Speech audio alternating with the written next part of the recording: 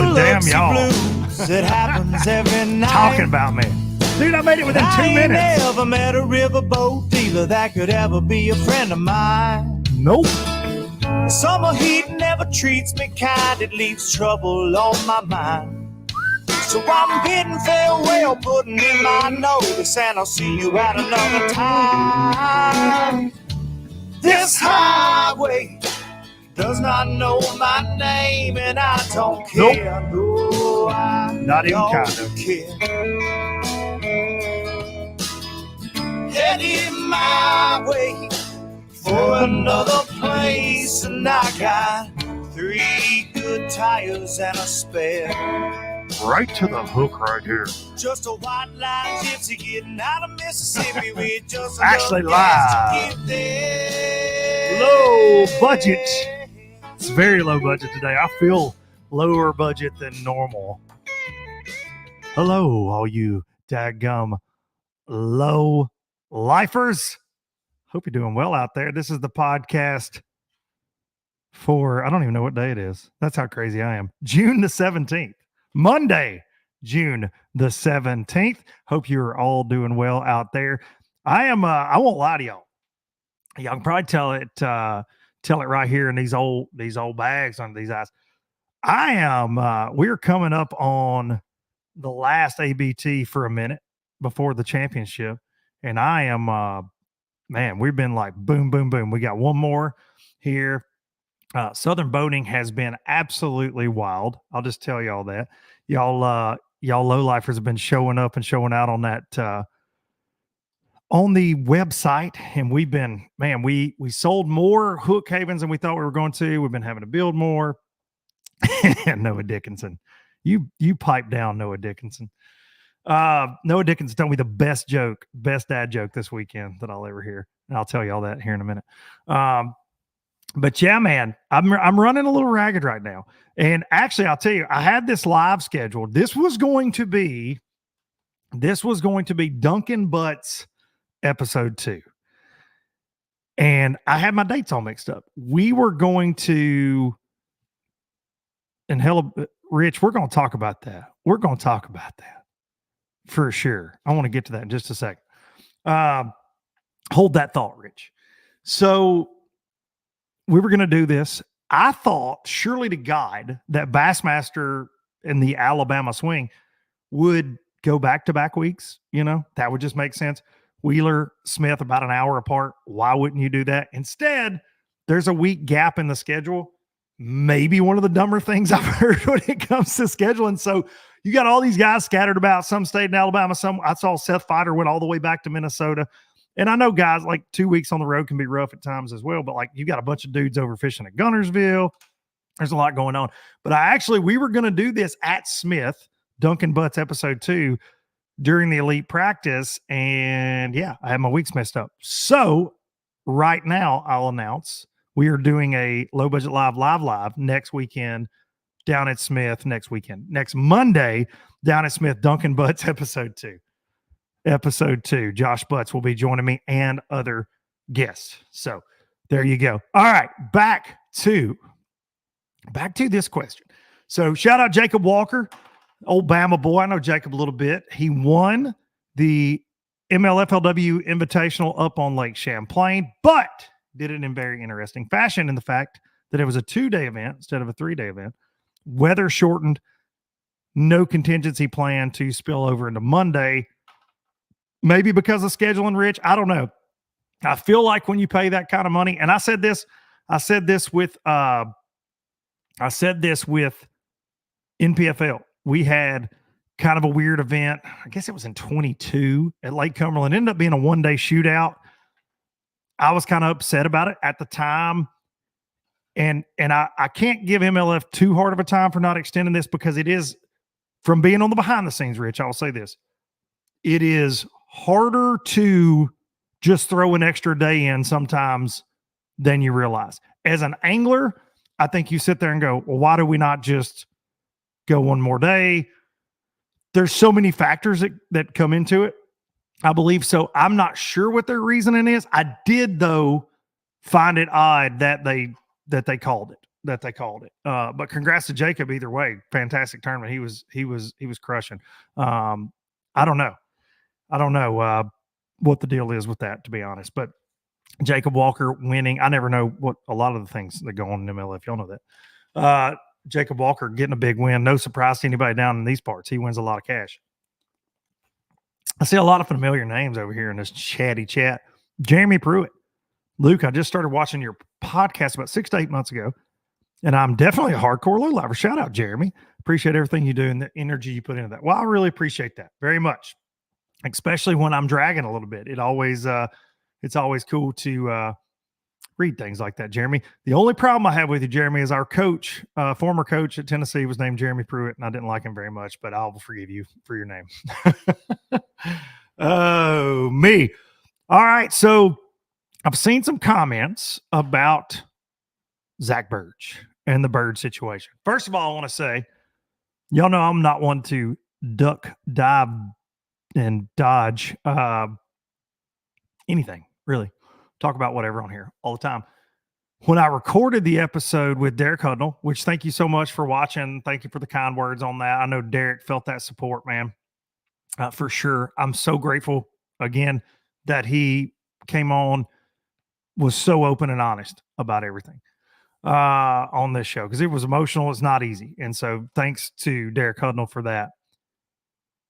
As we were recording, the BPT final day at the Shawan River was going on. It was pretty early in the morning. I think we recorded like 10 on Sunday.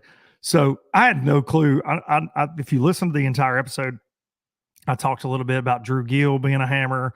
He wasn't even leading at that point when I was recording, I don't think. And so I had no clue about the birds thing. Really didn't hear it until I started editing that afternoon and getting ready to upload the episode. I'm glad it didn't happen, to be honest, because we had Derek on. I'm glad Derek got his time. I didn't want the entire episode. I'm so glad that the entire episode wasn't about more MLF, just drama and stupidity and mistakes. But yeah, I'm not having Zach on tonight. If you're waiting on Zach, Zach's not coming on. Zach and I actually haven't even talked to Zach, to be honest, about this. And the reason being is I have felt the vibes he's putting out there on social media. I've known Zach a long time. Y'all know he's been on the show about as much as anybody has. And Zach is a guy, he wears his heart on his sleeve. He tends to let you know what he's thinking. And that day when that happened, he made a very, very, very PC post about it, where the Zach that I used to know 10 years ago would have definitely blasted him out. And I like that. And he's talked on this show about his growth, his positive mental attitude, how he tries not to get caught up in the BS and the drama, and kind of let his fishing do the talking. And then I think there was some behind the scenes stuff that went on. I know I've heard lawyers and different things were involved. But if you're just listening to this for the first time, because I know there are there's lots of ways to get your bass fishing news, obviously, and I'm late on this one. But Zach was his marshal was the assistant tournament director, the way I understand it, marshal, official, whatever. And Zach wanted to go under a bridge. He apparently had it cleared with the tournament director to get in the water, let his plug out, sink the boat, roll into an area, get under this bridge, and go to blasting on him. Well, had the clearance. Well, then some kind of phone call comes in, something happens, and he is told he is disqualified. Well, Zach then says, well, piss on this, I'm done. Zach ends up finishing like wherever he finishes, because I think his fish, they didn't let any fish count after that, obviously. And so Zach took his boat out. Zach left. And then there was some hell raised about it on social media, different things. And a few days later, MLF releases a statement saying they made a mistake, and then they did whatever they did, took the DQ away. And if you're Zach, you've got to be super pissed off about that, because not saying he would have won, who knows how it shakes, but he stopped fishing. He stopped fishing because of the decision. So ultimately it cost him some money and just drama, just cost him heartache. And look, I'll say this, and this is from years, again, of knowing Zach, years of private conversations with Zach, years of public conversations with Zach on this show. They don't like people like Zach Birge for the most part. And I say they, the powers that be, because he speaks his mind and he doesn't walk their walk. Okay. It's a little bit like the Watson thing, very much like it. But Zach has had some behind the scenes bull crap over the years with them. And some of the same folks that I had some behind the scenes bull crap with. And he's talked about some of it on here. So it's all fishy. It all sucks. But the bottom line is this. If you're cool with people snagging bass and you're cool with people catching the same bass and winning Angler of the Year and all that kind of stuff, but then some guy does something pretty damn risky ultimately. And if it comes down to a safety issue, then so be it. But a guy does something risky to access some water and put on a show, swimming a jig. I don't know, man. I just, it's a bizarre situation. Yet another one. And if you listened to the show with Derek Hudnall before I knew any of this happened, I was very positive about that event. I thought that it was a cool event. I thought the venue showed out, and they just can't get out of their own damn way, man. Like they just can't. They cannot get out of their own way. I posted a goofy video on social media this week about it, and I'm like, when you're trying to decide, or last week, when you're trying to decide, who's to blame for all of it. And it was from one of my favorite shows on Netflix, You Should Probably Leave. And it was a clip. You know what's getting me? It could be any one of us. And it's just true. It just could be any one of them. Any of the powers that be over there. It's just sad, man. A lot of good people over there. And there's good people within the organization. I say this every single time I get on a rant. This entire thing was complete and total bullshit, though. And there's something fishy to it, in my opinion. They had to backpedal because I think they got maybe some legal discussions about it. And they're like, ooh, okay. I would say somebody was able to prove that they were given permission, maybe something along those lines. And then the backpedaling begins. I don't know, man. It's a damn shame.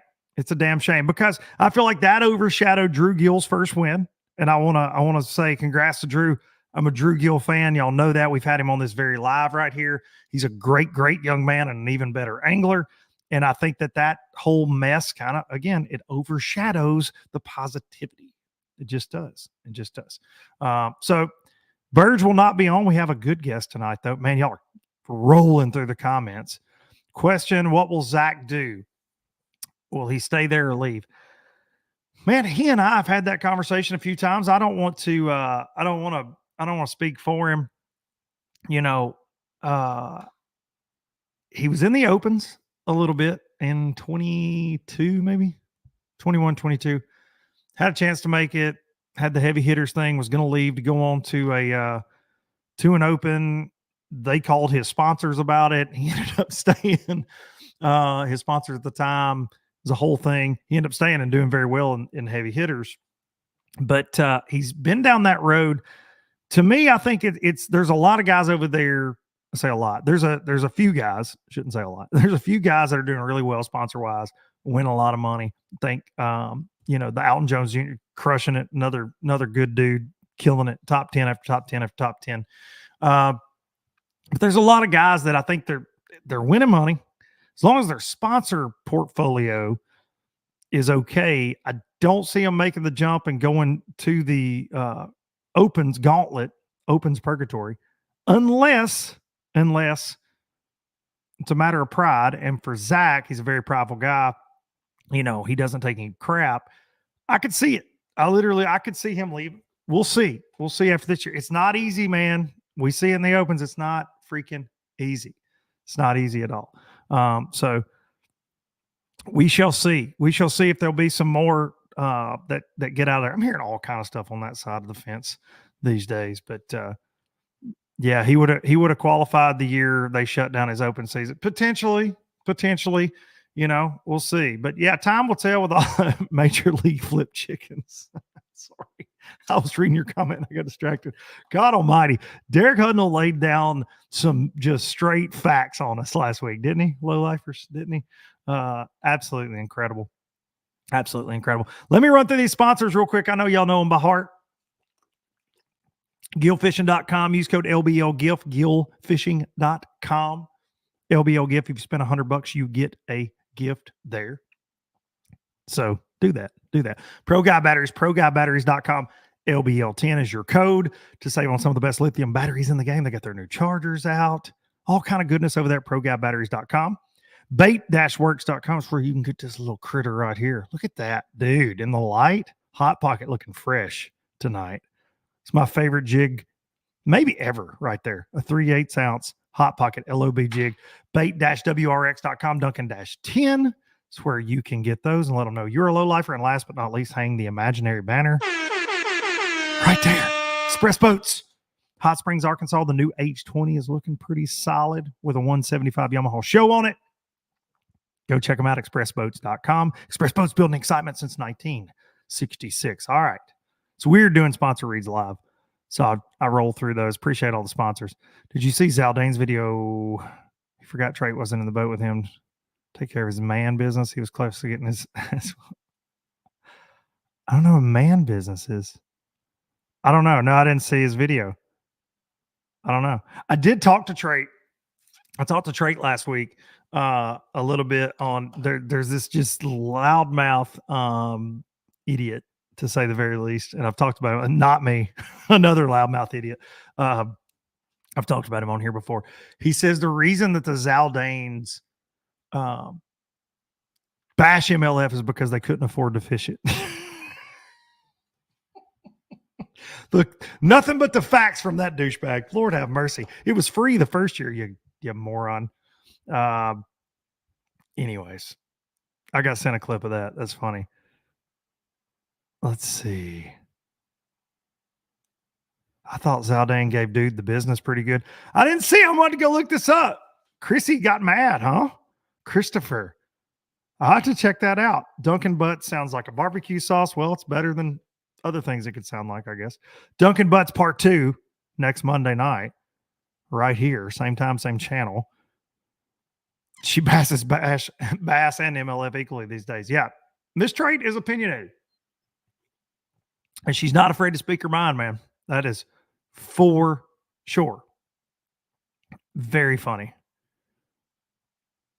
Very funny. That's a funny joke. Watched it today. Southern Boating. You need a Southern Boating Supply carpet grab. I can make that happen, man. We're going to get a lot more up on the website very soon. We're working on some stuff that I'm very impatient about at Southern Boating Supply, and I'm ready for people to be able to get it because this is stuff that started on literally a drawing on notebook paper, and we're getting so damn close to like fruition on it.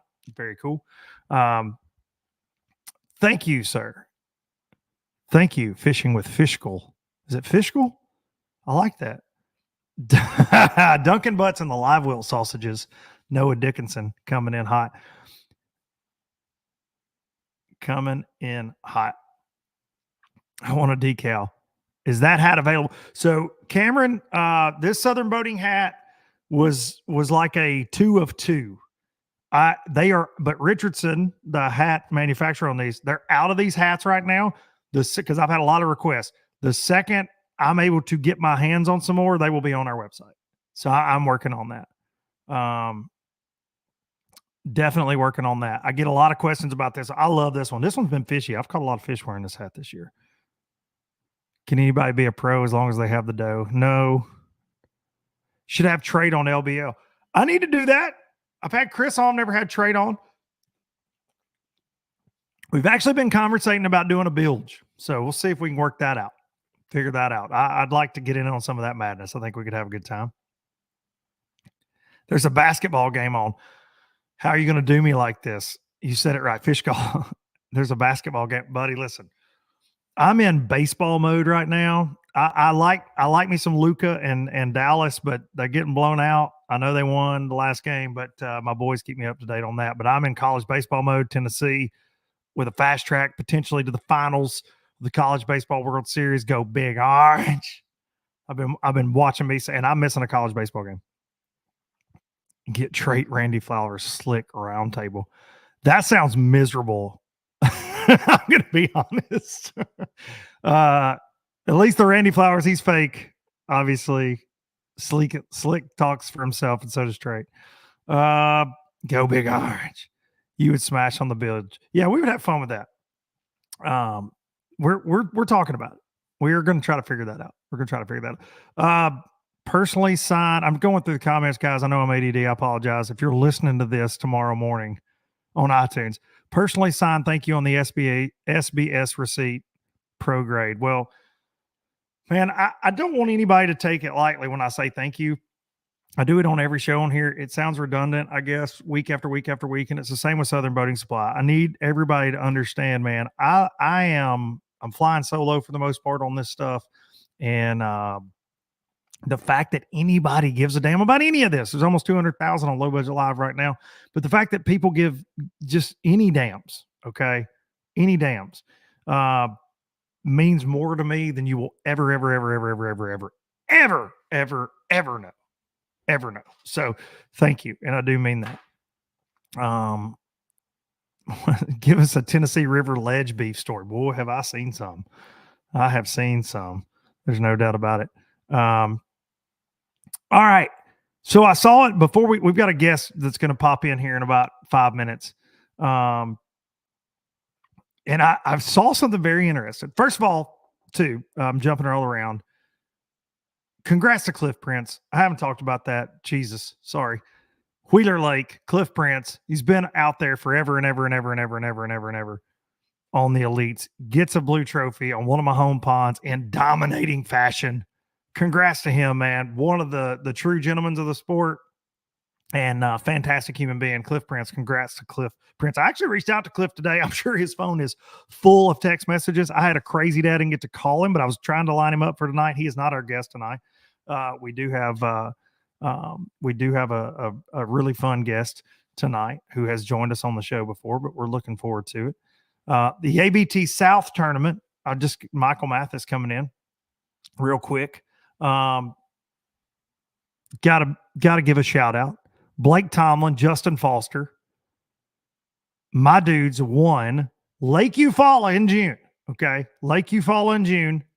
23 pounds. Actually, I had 24. They had a dead fish. They won Lake Eufaula in an aluminum bass boat, flipping and frogging, and come on with it. Y'all know me. I'm not an electronics basher and all that, but dude, it was so refreshing because I covered guys that were smashing out deep. That's how you're supposed to win. Eufaula, brush piles, offshore ledges, yada, yada, yada, all that deal. My dudes wanted flipping. So congratulations, flipping and frogging. It was so hot down there, man. I can't even describe how freaking hot. It was like being on the face of the damn sun from about 6 o'clock in the morning until 6 o'clock that night when we stopped. But it'll be probably that hot at Gunnersville for the finale in the north this weekend too. All right. So I saw this on Facebook earlier. And sometimes I think we as a sport think that think we're bigger than we are. And some of you may have seen this. This is on Barstool Sports on Facebook. I saw this, and it says, "Welcome to America." Go check it out. I don't know what that was, but welcome to America. Fox decided to air Bassmaster Elite Fishing instead of some silly little European soccer match. Okay. And you've got to go find this on Facebook, man. Don't leave right now. But this is amazing. They're sharing people's Twitter post about Bassmaster being on Fox. And then they're kind of defending fishing, but this got me. It says, anywho, Fox got stuck with the broadcasting rights for blah, blah, blah, some European soccer stuff that we don't care about. And then it said, they'll be flipping through the channels at 4 a.m. to watch soccer. Who gives a rat's ass? Not America, that's for sure. And then it says this, ain't nothing more American in the summer than sitting on the lake getting shit housed, tossing in a chaw and going to catch you some fish. So when Fox has the option between airing the Bassmaster Elite Series and some little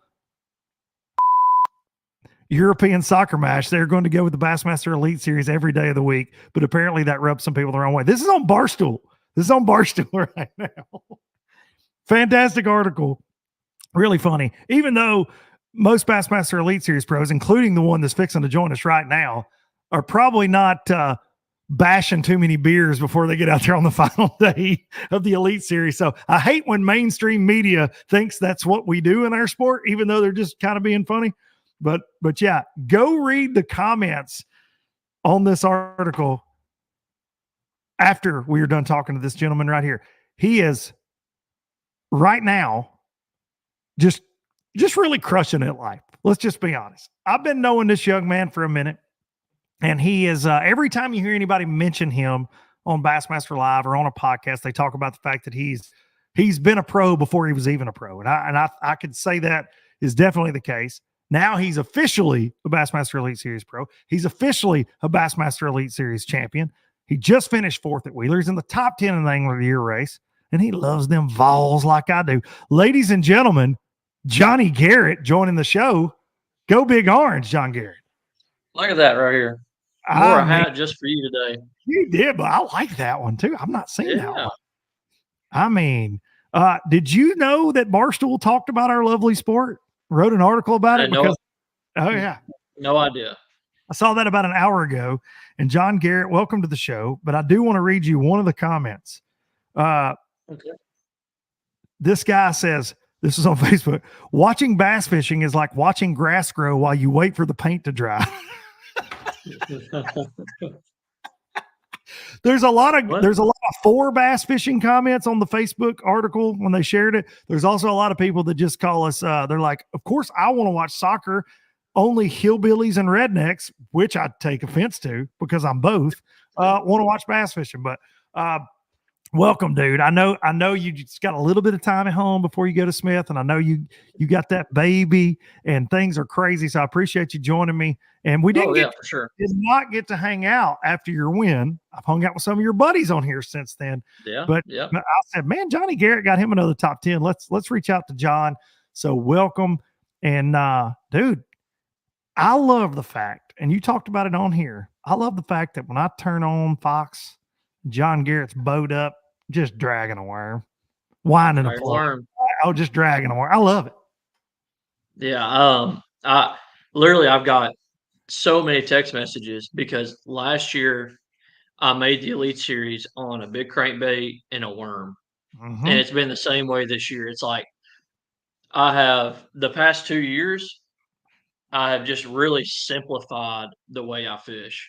And it's causing a reaction bite with a crankbait or dragging a worm, whether it's this long or that long, one of the two. So a small red worm or a big red worm and a crankbait. That's my arsenal for the past 2 years. So you're going drop shot, I guess, a little bit too sometimes, right? With the smaller red worm.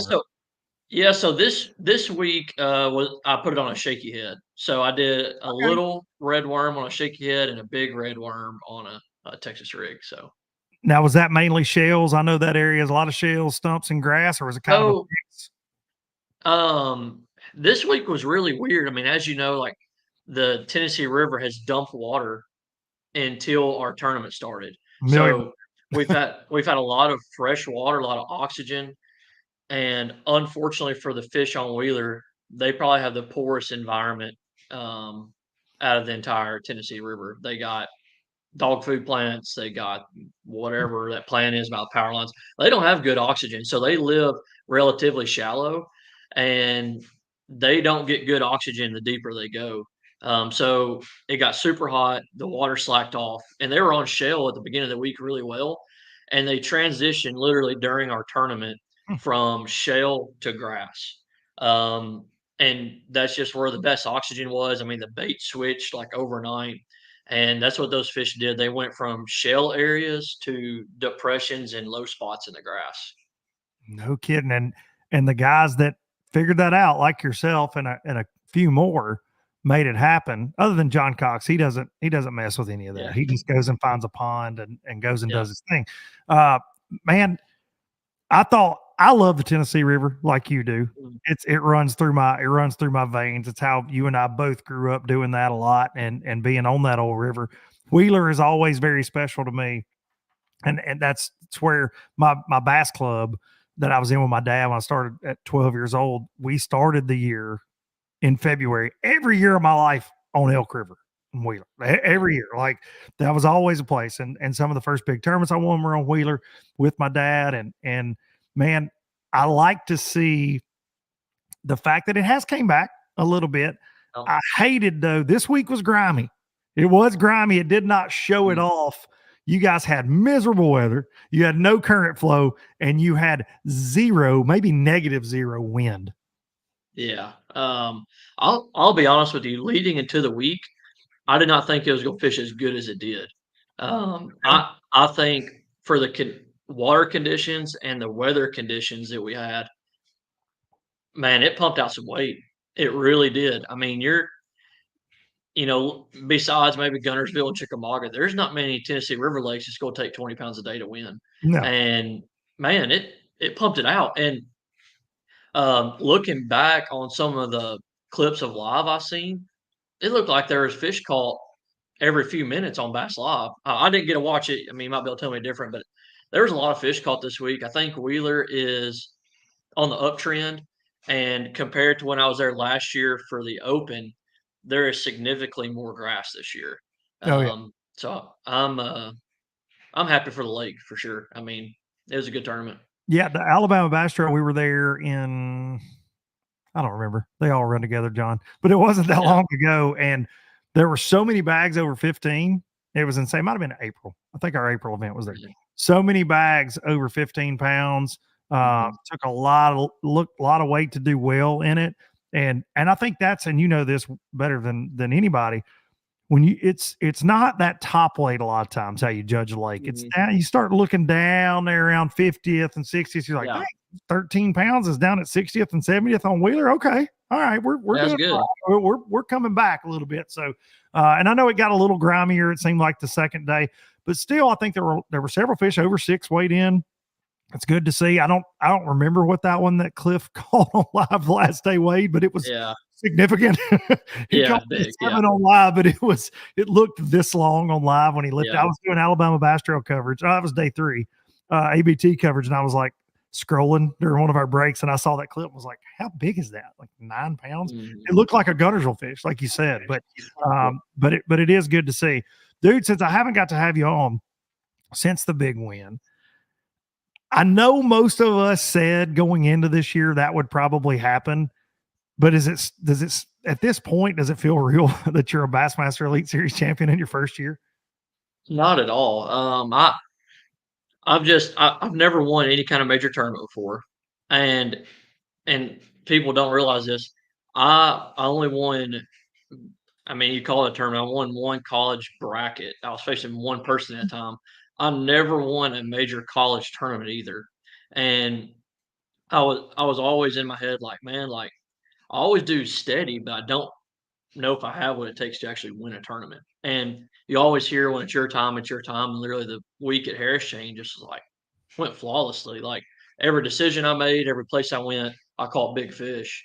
And I was watching Cliff win this weekend. I got like chills watching him win, and I was thinking like, I can't believe I did that a few weeks ago. Like it just doesn't seem like it actually happened. So, and got to do it the way you like to fish, offshore, put a little Tennessee River magic on them down there at the Harris Chain. That was incredible. But top 10 AOI, dude, you just got to be feeling pretty good. Your Vols, our Vols, kicking butt in the College World Series. I mean, life's good right now in Tennessee for John Garrett. Dude, it's going awesome, man. I mean, I can't remember what day the Florida State game was. It was one of the days in our tournament, and I was like rigging tackle, go peek inside. I'm like, man, this ain't looking good. Baby was crying upstairs. Morgan was like giving me the death stare for watching the game, and we start dinging hits. And I'm like, oh, dang, like this might go down. And literally that last hit over center field, it landed and hit it. And Rob G, you had him on last week. Ran full sprint backyard with his jersey on and jumped in the pool. Shout out to Rob G for that. Yeah. And we woke all the babies up by screaming, and the women in the house weren't happy. But yeah, man, it's a great time in Tennessee catching bass. looking forward to the football season. See what Nico has under his arm. We got some new receivers. Oh man, athletic department at Tennessee is booming right now. Happy for that, dude. I've gotta tell you, one on myself. I gotta tell one on myself. So I was driving to Eufaula for Alabama Bass Trail, talking to Brad Knight on the phone before the first pitch, and shout out Brad, big Tennessee Vol fan. And Brad's family, Brad actually owns a radio station. It's the Tennessee Vol radio affiliate. So Brad has he knows they're East Tennessee. So they're like right in the thick of, like, Brad always has the inside scoop on all kind of stuff. So he's telling me things. And we get off the phone, and I actually listen to the game on Brad WECO radio, listen to the game on his app, and I'm driving to follow. And we get off to Simo hits a triple star. I'm like, dude, let's go. Well, then we're doing good. Well, then I get a couple phone calls. I have to stop listening to the dang game, and I'm mad about that, not too happy. And when I get back to where I can listen, we're just getting drummed, like getting absolutely drummed. And this is about the time I get to Eufaula. And John, I don't do well with losing. And as a Tennessee Vols fan, we're used to it, right? Oh, we do. Heartbreak and disappointment. That's our life. And dude, I am just ticked off. I go get me some dinner before I go to Lake Point State Park, and I get there. And I run into my buddies on the ABT crew, and they're at the bar, and they're like, "Hey, man, come in here and have a drink with us." Yeah, absolutely. They have on the NBA Finals. I'm so mad that I don't even ask them to turn the damn game on. This is real life. I don't even ask them. I don't say a word to the bartender, Lake Point State Park. My phone starts going insane in my pocket. I have like one drink. We got to be up early. Brad Knight calling. Go Vols! Singing Rocky Top when I answer, and I go, dude, what? He goes, what? Are you not watching? We came back. Oh, my God. And I said, you got to be kidding. Other than missing like maybe the birth of my children, and I was present for that, but I feel like it would have been that kind of feeling. I was so upset that all my other buddies are texting me like, oh my God, they're going crazy. And and my son, my 16-year-old who I watch every game with when I'm home, I was not okay. I was happy we won. I felt like I let the state down though, John, but I will say I was with it last night. That is for dang sure. We got some Roll Tides coming in. We're always going to, when we have these Tennessee conversations. And between you and Rob, that's like 2 out of the last 3 weeks we've had a lot of Tennessee talk. So I apologize to the rest of the SEC fans on here.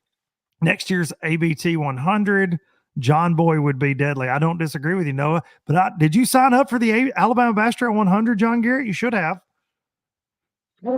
I hate to say this, but I didn't think I could sign up for the Alabama Bass Trail. The 100 you can have one pro. Okay. Yeah, so like this year we got Scott Canterbury, Hamner fishes those. They're a good deal. You need to, next year's schedule is stupid good. Stupid. Yeah. Gunners look into that for sure. Yeah. I think they're full already, John. So okay. But yeah, one day derbs for $25,000. It's oh wow, that is good. Yeah. It's a good time. It's a really good time. All right, let's look forward in the schedule. You're a worm dragger. You're a cranker. You got your win. You got your top 10 on the Tennessee River. What are you going to get into next week at Smith? What's that going to be like? I hope some wind. Please let the wind blow. It was so hot at Wheeler. I don't know. I'm gonna try to do a little bit of what I do. I'm probably gonna get on the very few flat areas of that lake, maybe drag a worm around some brush and some stumps and some cane piles or whatever. But more than likely, I'll have to turn my worm into a shaken minnow somehow or another and go throw that around. But we'll see. If I end up the season finishing out with 3 good tournaments, like 3 cuts or close to cuts or whatever, man, I'll be happy for sure. No doubt about it. And you guys go up north, Smallmouthville after that. But every low lifer listening, watching, I have said the Smith, I've had it circled all year. I think it is the most bizarre scheduling, first of all, and I think y'all would all agree with that. Mm-hmm. But also, though, just kind of like Wheeler was old school and very cool, I think Smith will be the exact opposite, because I think they'll be, what we're probably headed into there potentially. But I do think it will be. I remember when MLF went to Table Rock during the COVID thing for BPT, and it was like July maybe, and you're like, Table Rock in July. I do think from a fan's perspective, if people will not gripe and complain on social media, I think it's the most interesting tournament of the year. I really do. Maybe not for you guys. Y'all are going to be the ones having to try to entertain us all as we watch. And I know it's not going to be easy, but I think it's the most intriguing tournament for sure. You said it. It is the most interesting tournament that we're going to have on our schedule. That's no doubt. It's going to be somewhat of a dink fest, I would say. It's going to be a lot of small, skinny, long spotted bass that don't weigh anything. And I think it's one of those deals where you're going to see it's actually going to be a big bite can really determine the tournament. When we haven't had that, we've had big fish tournaments all year, and one of those 4 to 6 pound largemouth bites, you could win the tournament by getting 1 or 2 of those. And we don't have tournaments like that hardly ever now. We're not at Red River or Sabine River, or we're going to Smith. Like, we don't have those one big bite change your whole tournaments. And we got the heat, we got skinny spotted bass, we got boat waves. It's going to be interesting for sure. And I think it'd be really fun. I'm not saying technology might gripe some fan viewers, but I think it should be a really interesting tournament from a fan perspective by almost the excitement of a lot of smaller bass being caught. And when something big does happen, it could be pretty, like I said, it could affect your week. So yeah, swing it for sure. Big bites there always kind of get you because there are a lot of 2-pounders in there, pound, 3/4, 2-pound spots. And so anything 4+ is like game over sometimes. You're weighing 2 or 3 fish in one. Yeah. Yeah. So somebody catches like a 5-pound largemouth randomly somewhere. That is certainly a game changer. I hate that term. So does my buddy Fat Cat. This coming in hot right here. This question from John Thornley asking me, am I going to run an ice cream pontoon boat? So John, I know you're a busy man. You don't get to listen to every Low Budget Live. I've been kicking around the idea of being out there on the water during competition. And I just want to know, do you think that maybe, what if I brought around some Nutty Buddies to everybody? What if I gave little ice cream cups? That might brighten your day when you're out there dodging Tri-Tunes and Master Kraus. If you could bring a Dippin' Dots box, I would literally follow you around and fish your pontoon like a boat dock. So I think it would be great. I would eat Dippin' Dots all day. That ain't no doubt. I think it's a great idea. If Josh Butts, the one and only Josh Butts, was on that boat as the ice cream man, would it make it even sweeter? It would make it sweeter. I would ask you to hand me the Dippin' Dots. I don't want to eat anything he's touched, but it would make it sweeter. Hey, for sure. Josh, you heard it right here. Josh Butts. Nobody, you're not getting us past the food health rating in the boat. No doubt. Oh my goodness. All right. Well, I feel like some guys, and rightfully so, are so serious they might not enjoy me out there handing out the ice cream samples. But you know what? I'm willing to take that chance, John Garrett. I'll just look for the people that like me. I think it would be a good boost of morale around the tournament if you were there. Yeah. John Thornley. No, I was talking to John Garrett about not listening to the episodes where I talked about not you, sir. Thank you for listening to every episode. No, I was saying John might have missed the fact that I've been planning this. This is actually Josh Butts and I were talking about that. I am going to be there Monday night. We're going to do an LBL live somewhere down there close in Coleman next Monday night. But I really do. I just want to be on the water to see the insanity that is the boat traffic around you guys, especially like say Friday. I just feel like it's going to be really, really interesting. Cameron Wagner coming in saying, or bush lights. Well, I don't know that John Garrett's allowed to take those on during the event. I'm pretty sure. Coming in, Jeremy Conkright. I'll say there's an ice cream pontoon on my local lake and they make bank doing it. Huh? There we go. Okay. All right. We'll have to, we might have to figure that out. Sell ice creams, burgers, and hot dogs drive through on the lake would be a killing. Man, y'all are turning this into a business. I ain't trying to work anymore. I got like 6 jobs as it is right now. I'm just trying to go out there and try to cheer my friends up because they're having to fish Smith the week before the 4th of July. What's your pick for winning weight? 4 days. What's it take? Whoa. Every guest this year, I feel like. Man, this is the year of blowouts. It's true. I don't know if someone can blow this one out or not. I'm not a good mathematician, so I'm gonna give you what I think per day. Okay.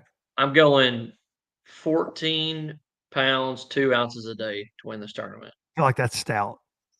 Yeah, I feel like out of this group, somebody will probably do it. 14.2 a day. I'm saying 14.2. Yeah. 14.2. All right. I'll go there. All right. So, question for John Garrett. I know he hasn't seen this. He was fishing the Elite Series. He hasn't seen the episode where this was talked about. So last week, I know what a flip chicken is. Hey, John Garrett in the house. I did not know what a flip chicken was until Derek Hudnall told us that he was thinking about potentially going into male prostitution last week. The only reason why I know what a flip chicken is because I saw that clip on social media. Okay. LBL's getting around. There you go, everybody. There you go. Thank you, New Bassin, for putting John Garrett on the spot about a flip chicken. I still hope somebody has a bait by this time next year called the flip chicken. I pray that it happens. And I may be I think it's a good opportunity for Derek Hudnall to have a flip chicken missile flipping bait. You would think John Cruz needs to get on that. Give Hudnall the flip chicken. I like it. I like it. So I want to ask you this. I'll put you on the spot a little bit with this one. It's been a lot of talk about the rookies, and I know a lot of guys have been frustrated. Have you felt that frustration as far as where some are getting called out? Not you guys, but some are getting called out. Do you get frustrated that you feel like all of you get lumped in when there appears to be some bad eggs maybe in the group? For the most part, no. I just don't feel like they're when they even say rookies, I don't feel like they're pointing a finger directly at me. So I don't really think that. But I mean, I have made it clear to a few that I've heard say that. Be like, hey, like, look, like, I know it's hard not to lump all of us together, but I just want to let you know that the majority, if not all of us, have done things the right way. We've worked hard, and it's not quite right to try to discredit what we are doing or what we've done. But no, I mean, and I feel like for the most part, everyone doesn't feel that way. But no, like I said, I don't feel that way directly. But I mean, I've had said a few things just like, hey, it's not exactly what it seems to lump everybody together. So. Yeah, nobody wants to be broad stroke accusation kind of stuff is not ever a good idea in life. No, it's actually not. And that old saying, one bad egg can kind of ruin the whole bunch. And it is true because you guys we've never seen a rookie class like this ever. And I think that veteran anglers, veteran fans, they're like, what in the heck is going on? Like, I think it's confusing for a lot of people, but at the end of the day, and it's this way in all sports, things will balance out. And we're seeing that. We saw that with a big Cliff Prince win. You're going to see that, man. There are ebbs and flows and all of it. And I think the rest of this season is going to be very, very interesting. I really do. Yeah. Now, I think Trey's got a monumental Angler of the Year lead. There's a lot of crap that's happened. Guys having bad tournaments. I mean, I think that's going to be interesting to see down the stretch if anybody can catch him in that. But I think we'll have more rookies in the Classic next year, though, potentially than they ever have before. Yeah, no doubt. I mean, I'm going to say like a lot of the success from our rookie class just has a lot to do with scheduling. I mean, if you look at last year's open schedule, it was almost strictly an offshore largemouth schedule. And then if you look at this year's Elite Series schedule, and it's identical. So it's like last year, those people that had those strengths are also getting to use that this year so far in the season, which is I'm a fan of that, but it's usually it's usually not the Elite schedule's way. I mean, most of the time it's spring early spring dominated tournaments, you're looking at sight fishing right before pre-spawn and fish on bed, garden fry. So, I mean, I'm saying down the road in the future, when we start having those tournaments, you're not going to see as many of these rookies in the top of the leaderboard. I mean, you somewhat see it this week. It wasn't easy to do that offshore deal, and it was a lot more the old school dragging a worm Yes. around. Yes. So it's all about the places we go and when we go there. And that's really all it is. Do you think moving forward into 2025 in the Elite Series schedule, because I do hear talk of this from every tournament organization, Mhm. do you think the schedules, because of all the social media drama and forward facing sonar and all the stuff, do you think the schedules will be drastically different next year, John Garrett? As far as You know, time I of year and that kind of thing? I've thought about that a lot. So at this point of where we're at as far as drama, um, I think if you try to target more spawn-led tournaments, um, I think you might run into more of the drama. Like, okay, we're not scoping, but we're visually staring at them. That person might have snagged a fish. This person didn't. Did I close my eyes when I set the hook? I It's just the deal that I would feel terrible being in the shoes of Lisa, the people at Bass, the Oh, people yeah. at MLF trying to schedule these tournaments because there's no winning. No matter what you do, no matter if you're looking at your graph, you're looking at a bass, or you got your eyes closed, reeling a buzzbait across the lily pad. It's not going to make everybody happy. So I don't know what they're going to do. The schedule, I I don't know what's the best for them. I really don't. I get mixed emotions every time I think about it. Yeah, it's not easy. The scheduling thing is something that I've really been behind the scenes on, at least in conversation since I started working with MPFL and as an angler. And I said this earlier about MLF not having a third day up there at Yeah, Champlain. They just called it on the Invitational. Those decisions are very hard to make a lot of times, and the behind and being behind the scenes, you gain a lot of respect that you might not have as an angler when you go, uh, why are we going here at this yeah, time of year? What are we doing? Why this yeah, schedule sucks? Or what are they thinking? And there's so much that goes into it other than just best lakes, best times, because you think your lake is great the second week of March and they show up. Well, much like I said, Smith Lake in June. There's a reason they're going there that week. It yeah, might be the city of Coleman wanted them there that week. MPFL, we're fixing to go to Pickwick again for the second time in July because that's when Counts Tennessee ultimately wanted us to go there.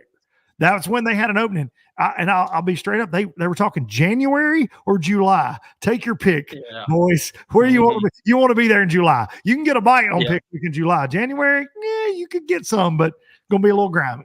It'll be better yeah, in and July, in my opinion. you could also get freezer burn in January on Pickwick. So, but Yes. yeah, but for a schedule standpoint, they're not going to make everybody happy. I think as a fan viewer, I would rather be complaining while guys are reeling in bass than complaining when guys are not reeling in bass. Yeah. So whatever they decide, I'm good with. I mean, and whatever gets done with the vote on electronics or limitations or whatever, it's just the way we're going. And the one thing that I've been, trying to remind everybody of is that a lot of the people that speak up are not the mass majority, but it's the ones you hear, and That's most right. time the people that speak up don't have anything positive to say. That's right. So the mass majority of fishing fans and the people that enjoy fishing, even our tournament anglers, the ones that don't say anything, it's the mass majority, and the people that don't say anything have nothing bad to say. So we're hearing I'm not saying outliers, but we're hearing the people that, like I said, the people that speak up a lot of times don't have much good to say about it. It's funny, man. I see, I get bored. I'll be sitting on the toilet sometimes, scrolling Facebook. Got a little time on my hands. I'm a dad. I'm Yeah. 40 years old. You understand that, John? You get time. You go. Mhm. You go sit on your throne sometimes. Yeah. And it is funny if you start paying attention and you click the comments, whether it's MLF, MPFL, Bassmaster, Alabama Bass Trail, whoever. I find myself seeing the same names over and over, and I'm like, buddy, you got to be dang exhausted to just sit here and wait all day long. And it could be a dude catching one on a frog, and they'll give a paragraph about why forward-facing sonar is the devil or whatever, or why are you here? It's incredible to me, man. But it's always it's a a group of these just, man, they love it, like they're disruptors. And I say this all the time on here as well. You see that in every sport, dude. You're a Vol fan. I'm a Vol fan. We're in the SEC, super competitive, super combative amongst the fan bases at times, all in good fun. Sometimes some people take it too far. But you will never see a sports related post where there aren't people either dogging the athlete, dogging the team, dogging the other fan base. So that negativity, it's just, there's a lot of that on social media, but you're never going to make everybody happy, though. To your point, it's just not going to happen. And the squeaky wheels always are the loudest, for sure. You brought up limitations. Do you think, are we going to see that? I mean, we're going to see limitations. We're not going to see a ban, I don't think, with really any organization, in my opinion. I'm not really allowed to say what I've heard being discussed, but I think there will be something done to meet the people that, there has to be something done. There has to be some kind of rules in place, just because of the situation we're in. They're hearing everybody complaining, so they want to be somewhere in the middle to try to make most people happy. That's what I'll say. I'll say that, well, there's going to be something done. It's not going to be drastic, I don't think, but there will be some rules in place just to try to fit that middle line, if it could ever be done. Yeah, that's kind of what I'm hearing. Do you think if a trail banned it, if one of the trails banned it, do you think it would hurt them, John Garrett, or help them? With anglers, I'm not talking about fans, I'm talking about with the anglers that sign up. Where we're at currently in the state of professional, would it hurt them or help them? I had this debate with a friend of mine the other day. That's why I asked. I don't know. I really don't know if it would help or hurt. I think in longevity it would hurt. I think effective immediately, it might see some potential, but I'm saying 5, 10 years down the road, I think it would end up hurting just because of. I think I'm getting at there, but I think longevity it would hurt. I said this. That was my point right there. I made it. We have so many anglers coming up in the sport that are incredible. That's the only bass fishing they've ever known. Yeah. And so I think longevity wise, like it might make a splash for a couple years, but man, I think 5, 6 years from now, you stand a chance of hurting. Whether you love forward-facing sonar, hate it, whatever. I do think a league, if they make that hard line decision on it instead of limiting or whatever, man, I do worry that down the road it's not good. And I think you would run into, because if you go to all these places that all the locals are using this equipment, and then you send professional bass fishermen without that equipment, you don't want to see your local Tuesday night tournaments to have bigger weights than what professional anglers come to do. So, when I think professional football players, I think they're throwing the football the best. I think professional anglers, they're catching more fish than anybody else. And you've seen that on Wheeler this week. I know Cliff wasn't using forward-facing sonar, but we all use our electronics. And I think that I think the fish catching aspect of it may not be that great. And finding good lakes to host those tournaments with good towns that support it, I think it'd be pretty difficult. Yeah, I agree with that. Yeah. You're right. It is, as a fan, I've said this has been my point. All smallmouth tournaments forever, unless they're sight fishing, which they're still sitting there staring at them. They're all offshore. They're electronics-based tournaments. Nothing is different now except the fact that you guys in those tournaments, and we'll see that at the elites coming up north, you scoop a lot more 5+ pound smallmouth on live than ever before. So for me, being the dummy on the couch on the Sunday morning watching it on FS1, I'm like, show me another big smallmouth. Like I love it. Like I don't care how they're doing it. I mean, but I'm also the same redneck that I'm like the Mark McGuire, Sammy Sosa year where they were juiced up on steroids, knocking the seams off of it when I was a kid. Yeah. Dude, bring it. Hit the baseball Yeah. 900 feet. I don't care. I like seeing that that's physically possible. I like that. Bring it. Yeah, it's those smallmouth tournaments with what we have now and what we did. I mean, I just want me and Jake Latoners were talking about this the other day.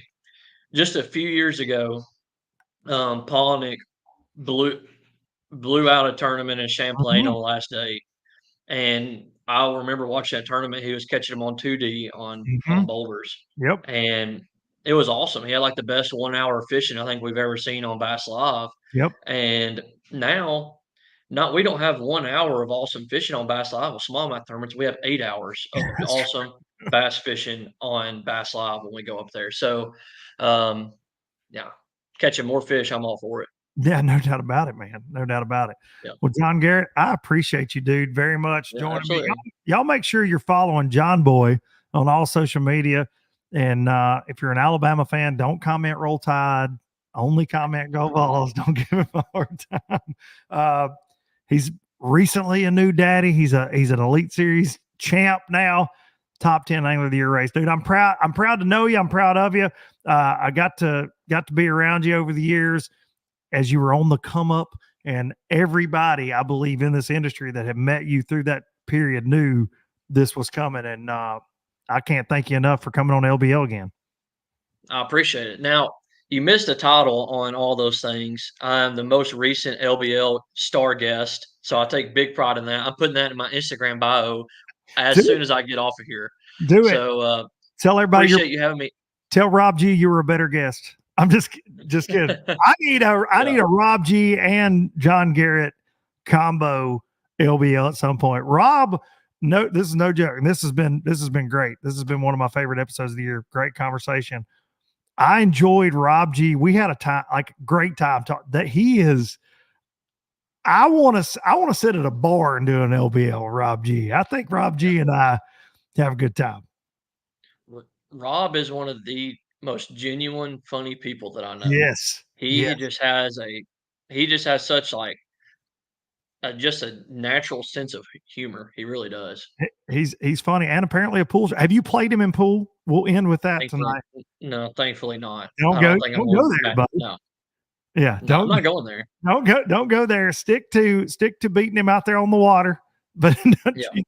y'all size each other up out there. Any man that he likes billiards in his bio, don't go down Ain't there. happening. He's a pool shark. John Garrett, good luck at Smith. I hope to see you down there. I'll bring you some Dippin' Dots. Sounds good. Thank you for having me on. Hey, thank you, buddy. Yep. John Garrett, everybody, right there, the Elite Series champ, Elite Series rookie. He's not a rookie. Don't let that title fool you. John Garrett is he's a real one, man. He is a very genuine guy, and I thank him for taking time out. He's been on the road and was explaining to me earlier today that he was just getting home. His baby normally goes to bed around 7:30, and we were trying to schedule this out. And he's like, man, I'm going to try to make it happen. And he did. And I really appreciate it. Appreciate each and every one of y'all tuning in. I've been seeing the comments out of the corner of my eye. Y'all been just going to town over here on a lot of things. Some of which that man, y'all fired up tonight, you bunch of low lifers. I appreciate each and every one of you. I'm fixing to go to bed. My old tail is tired. And next Monday night, though, thank you, Frank. Good to see you, buddy. Virtually, of course, Frankie. Next Monday night, probably around 7:30-ish, same time, same channel, Duncan Butts, episode 2. See, Rich, Duncan Butts, episode 2 from Smith Lake, Monday night. We're going to go live. I'm going to work on some guests. I'll announce the location of it. We might try to do get some audience participation. Might try to do that right here real quick. Matthew Taylor, where do we get the lake art behind you? Matthew, it's a place called Sportsman's Connection. Do not look at me when I talk to you, Matthew. Do not order it from them. I ordered my dad one last year, and it took a year to get it, and they took my money. Like this place, if you see them on Facebook, Instagram, Targeted Dads, they get a lot of bad reviews. The work is cool. There are other people that do it. Do not get it from them. I will say that. They no bueno. No bueno. Thank y'all so much. Next Monday night, bring your livers. Take you out with some Biloxi Blues. Appreciate every single one of you. Hope y'all have a good rest of the week. See you. Jackson Town to Tupelo, I never Bye. could make it last. Spanish moss, a Civil War ghost, well, I'm gonna leave them in the past. Any direction, Lord, I'll be fine. It don't matter east or west, north, south, wherever the wind